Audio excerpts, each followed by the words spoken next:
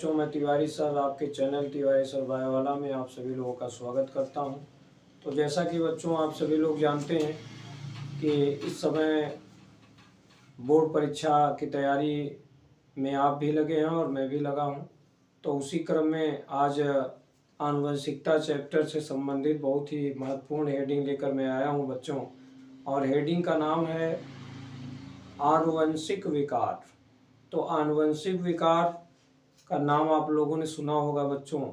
यदि नहीं सुना है तो आज इस पर जो भी बातें होंगी उन पर आप ध्यान दीजिएगा। पहली बात तो बच्चों ये है कि हमें ये सोचना है कि आनुवंशिक विकार कहते किसको हैं, यह विकार अर्थात ये रोग होता क्यों है। तो जैसा कि आप सभी लोग जानते होंगे बच्चों कि हम लोगों के कोशिका में गुणसूत्र और जीन पाए जाते हैं, और गुणसूत्र कितने होते हैं ये आप सभी लोगों को ज्ञात होगा कि एक गुणसूत्र में के निर्माण में 2 डीएनए भाग लेते हैं। हम लोगों की कोशिका में बच्चों 23 जोड़े गुणसूत्र पाए जाते हैं, अर्थात उनकी संख्या 46 होती है, और एक गुणसूत्र को बनाने में 2 डीएनए का योगदान होता है। तो हम लोग कह सकते हैं कि शरीर के अंदर जो डीएनए की संख्या है एक कोशिका में, वो तुम्हारे गुणसूत्र का 2 गुना अर्थात 92 डीएनए कोशिका में मिलती है। तो उसी डीएनए की संरचना में अगर हम लोग देखें तो जगह जगह पर आपको जीन दिखाई देते हैं।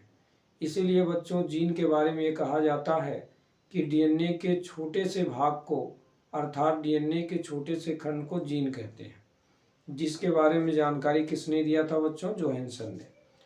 तो मैं ये कहना चाहता हूँ बच्चों कि हम लोगों के शरीर में डीएनए के पास जो जीन होते हैं, उस जीन में किसी कारण से जब कोई बदलाव आता है बच्चों, तो उस बदलाव अर्थात उस परिवर्तन से जो रोग पैदा होता है उसे हम लोग आनुवंशिक विकार कहते हैं। ये भी हो सकता है कि कोशिका में गुणसूत्र की जो संख्या है बच्चों वह परिवर्तित हो जाए किसी भी कारण से, उसकी संख्या 46 के बजाय 1 बढ़ जाए अर्थात 47 हो जाए। ये भी हो सकता है कि एक गुणसूत्र उस मानव की कोशिका में कम हो जाए अर्थात 46 के बजाय 45 हो जाए। तो ऐसी अवस्थाओं में उस मानव के शरीर में कुछ रोग पैदा हो जाते हैं, और ऐसे रोगों को बच्चों आनुवंशिक विकार कहा जाता है। तो देखिए यहाँ पर लिखा हुआ है, पहला प्रश्न बच्चों ये है कि आनुवंशिक विकार क्या है। तो इसके अंतर्गत 2 मूल शब्द है जिस पर आपको ध्यान देना है। पहला शब्द ये है बच्चों कि मानव के शरीर में जब जीन किसी कारण से परिवर्तित होता है, मानव के शरीर में बच्चों पाए जाने वाले जीन में जब कोई बदलाव आता है तो इससे आनुवंशिक विकार पैदा होता है। अथवा हम ये कह सकते हैं कि मानव के शरीर में जो गुणसूत्र पाया जाता है बच्चों, उस गुणसूत्र की संख्या में अगर कोई बदलाव किसी कारण से हो रहा है तो उससे जो रोग पैदा होगा उसे हम लोग आनुवंशिक विकार कहते हैं। तो इस तरीके से आप आनुवंशिक विकार को परिभाषित कर सकते हो। अब बात ये आती है कि आनुवंशिक विकार मानव में कितने प्रकार के मिलते हैं। तो बच्चों देखो, मानव में अर्थात हम लोगों में आनुवंशिक विकार 2 प्रकार के मिलते हैं। पहला है बच्चों मेंडलीय विकार। पहले विकार का नाम क्या है बच्चों? मेंडलीय विकार। और दूसरे विकार का नाम है बच्चों गुणसूत्रीय विकार। ठीक है। मेंडलीय विकार किसी भी मानव में कब पैदा होता है ये हमको सोचना है। तो देखो, मेंडलीय विकार मानव के अंदर कब पैदा होता है यह बात हमको दिमाग में रखनी पड़ेगी, और वो अवस्था क्या है? वो अवस्था है जीन में परिवर्तन। जब बच्चों हम लोगों के शरीर में पाए जाने वाले जीन में बच्चों, ये देखिए ये डीएनए है, इस डीएनए का ये जो छोटा सा अंश है बच्चों, ये जो छोटा सा भाग है ये जीन कहलाता है, जबकि ये पूरी संरचना जो आप देख रहे हैं ये डीएनए है। इतना तो आप सभी लोग पहचानते हो। तो मैं ये कह रहा हूं कि ये जो छोटा सा खंड है इस छोटे से खंड में जब किसी तरीके का बदलाव होता है तो उस बदलाव के कारण हमारे शरीर में एक प्रकार का विकार पैदा हो जाता है, और ऐसे विकार को बच्चों मेंडलीय विकार या जीन विकार भी कहते हैं। इस मेंडलीय विकार का दूसरा नाम बच्चों जीन विकार भी रखा गया है, क्योंकि यह जो रोग शरीर में हो रहा है बच्चों, वह जीन में बदलाव के कारण हो रहा है, इसलिए हम लोग उसको जीन विकार भी कह सकते हैं। अब बात ये आती है बच्चों कि मानव में मेंडलीय विकार के अंतर्गत कौन कौन से प्रचलित रोग हो रहे हैं या पाए जाते हैं। तो अगर हम लोग बात करें तो मेंडलीय विकार में बच्चों पहला रोग आता है हीमोफीलिया। पहला रोग बच्चों आता है हीमोफीलिया।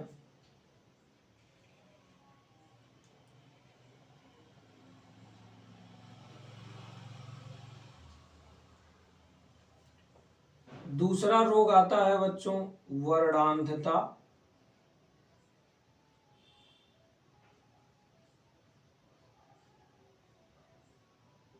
और तीसरा रोग आता है बच्चों फिनाइल कीटोन्यूरिया। ये 3 ऐसे रोग हैं जो बहुत ज्यादा प्रचलित हैं। इन रोगों के पाए जाने की संभावना प्रबल दिखाई पड़ती है मानव के अंदर। हीमोफीलिया एक मेंडलीय विकार है, वर्णांधता एक मेंडलीय विकार है, इसी तरह फिनाइल कीटोन्यूरिया भी एक मेंडलीय विकार है, क्योंकि ये सभी रोग जीन में परिवर्तन के कारण पैदा होते हैं। ठीक, अब यहाँ पर प्रश्न उठता है बच्चों कि ये जो जीन है यह जीन विशेष रूप से रहता कहाँ है। तो बच्चों यह जीन अलिंगी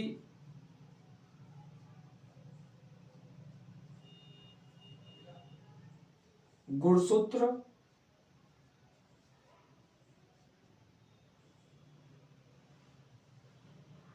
अथवा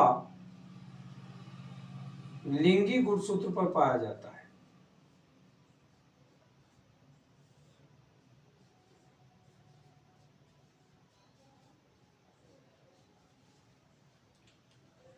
अब प्रश्न यहां पर यह है कि लिंगी गुणसूत्र पुरुष और स्त्री में अलग अलग होते हैं।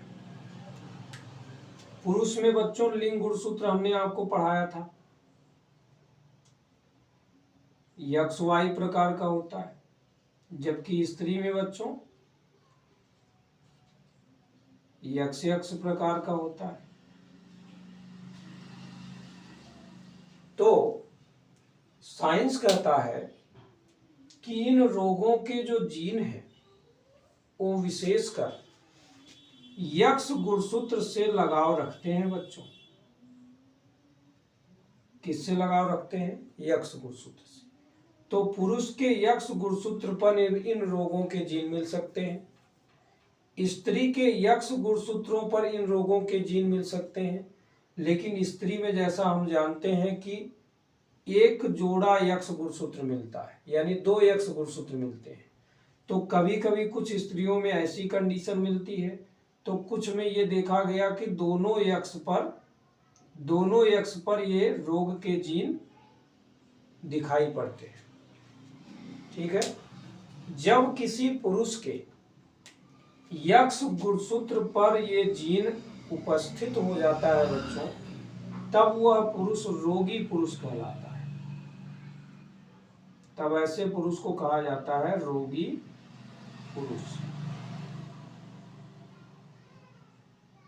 और जब स्त्री के एक गुणसूत्र पर जीन होता है बच्चों, तो इसे कहा जाता है वाहक स्त्री।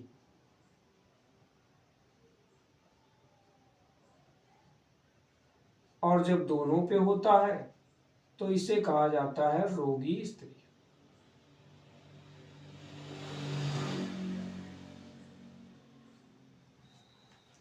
तो इस तरह से इन 3 रोगों के बारे में हम लोग विस्तार पूर्वक आगे चर्चा करेंगे। अभी आज हम लोग इतना ज्ञान अर्जित कर लिए कि मेंडली विकार के अंतर्गत 3 रोग आते हैं और ये तीनों रोग आपके कोर्स में हैं। इन तीनों रोगों के जीन विशेषकर यक्ष गुणसूत्र की तरफ आकर्षित होते हैं, इसलिए इनके जीन यक्ष गुणसूत्र पर ही दिखाई पड़ते हैं। इतनी सी बात हमको पहले दिमाग में रखनी है। आनुवंशिक विकार का दूसरा रोग है बच्चों गुणसूत्रीय विकार। जैसा कि नाम देख रहे हैं आप, क्या लिखा है? गुणसूत्रीय विकार, यानी ऐसा विकार जो कि गुणसूत्र के कारण पैदा हो रहा है। अब गुणसूत्र के कारण मतलब अगर इसको विस्तृत रूप से देखें तो इसका अर्थ बच्चों ये है कि जब तुम्हारे शरीर की कोशिका में पाए जाने वाले गुणसूत्र की संख्या परिवर्तित होती है, बदलती है, तो उसके कारण शरीर में कुछ विकार पैदा होते हैं बच्चों, और ऐसे विकार को हम लोग गुणसूत्रीय विकार कहते हैं। एक गुणसूत्र की संरचना सामान्य रूप से इस प्रकार बनती हुई आपको दिखाई जाती है, लेकिन अगर इस एक गुणसूत्र के निर्माण को ध्यान से देखें तो इनमें 2 धागे नुमा संरचनाएं कुछ इस प्रकार से लिपटी रहती हैं, जिसे हम लोग डीएनए कहते हैं बच्चों। इसी तरह से एक दूसरी तरफ से 2 धागे नुमा संरचनाएं इस प्रकार इससे लिपटी रहती हैं, ये भी डीएनए है बच्चों। यानी कुल मिला के देखा जाए तो 2 डीएनए आपस में किसी एक जगह पर आकर मिल रहे हैं, और जब ये मिलते हैं बच्चों तो ये संरचना गुणसूत्र कहलाती है। और इनकी संख्या एक मानव के शरीर में आप जानते हैं 46 होती है, या इसको हम लोग 23 जोड़ा भी बोलते हैं। अगर किसी मानव के शरीर में 23 जोड़ा गुणसूत्र है बच्चों, तो वह एक सामान्य मानव कहलाएगा। वह एक सामान्य मानव कहलाएगा। उसके अंदर इस प्रकार का रोग नहीं होगा। लेकिन अगर किसी मानव में बच्चों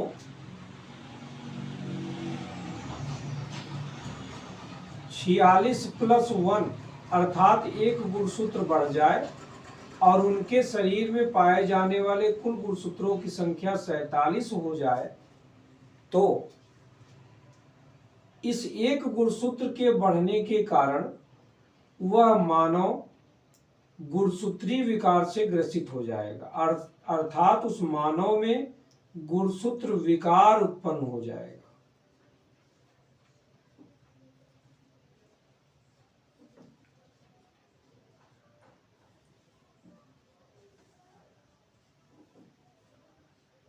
तो सामान्य से एक गुणसूत्र बढ़ जाने पर गुणसूत्रीय विकार मानव में होता है। दूसरा केस, तुम्हारे सामान्य गुणसूत्र में से हो सकता है कि एक गुणसूत्र कम हो जाए।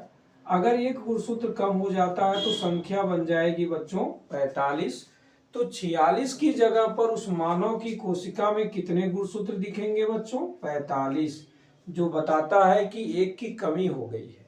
जब एक की कमी हो जाएगी बच्चों गुणसूत्र में, तो भी इनसे जो विकार पैदा होगा वह गुणसूत्रीय विकार कहलाएगा।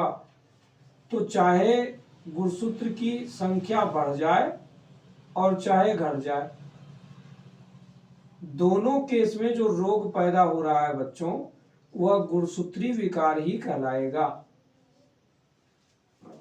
हाँ, इस आधार पर, इन दोनों आधार पर एक बात ये कहा जा सकता है कि जो गुणसूत्रीय विकार है बच्चों, यह मानव में 3 प्रकार का मिलता है, जिसमें पहले विकार का नाम रखा गया बच्चों डाउन सिंड्रोम। क्या रखा गया बच्चों? Down syndrome. दूसरे विकार का नाम रखा गया है बच्चों टर्नर सिंड्रोम। Turner syndrome. और तीसरे रोग विकार का नाम रखा गया है बच्चों पटाऊ सिंड्रोम।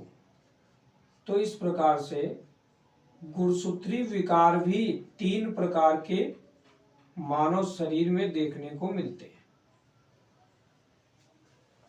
ठीक है, जैसे यहाँ मेंडली विकार में 3 रोग हैं प्रचलित, वैसे गुणसूत्री विकार में भी 3 रोग ऐसे हैं जो बहुत ही प्रचलित हैं। ये आपकी बोर्ड परीक्षा में यहाँ से प्रश्न आता ही आता है बच्चों, ये ध्यान दीजिएगा। तो इस प्रकार से हम लोग अब अगले वीडियो में इनके बारे में और विस्तार पूर्वक चर्चा करेंगे। तो यदि आज का ये वीडियो आप सभी लोगों को समझ में आया हो तो प्लीज़ वीडियो को लाइक और अपने मित्रों को शेयर कीजिए और अपने इस चैनल के साथ इसी प्रकार बने रहिए। धन्यवाद।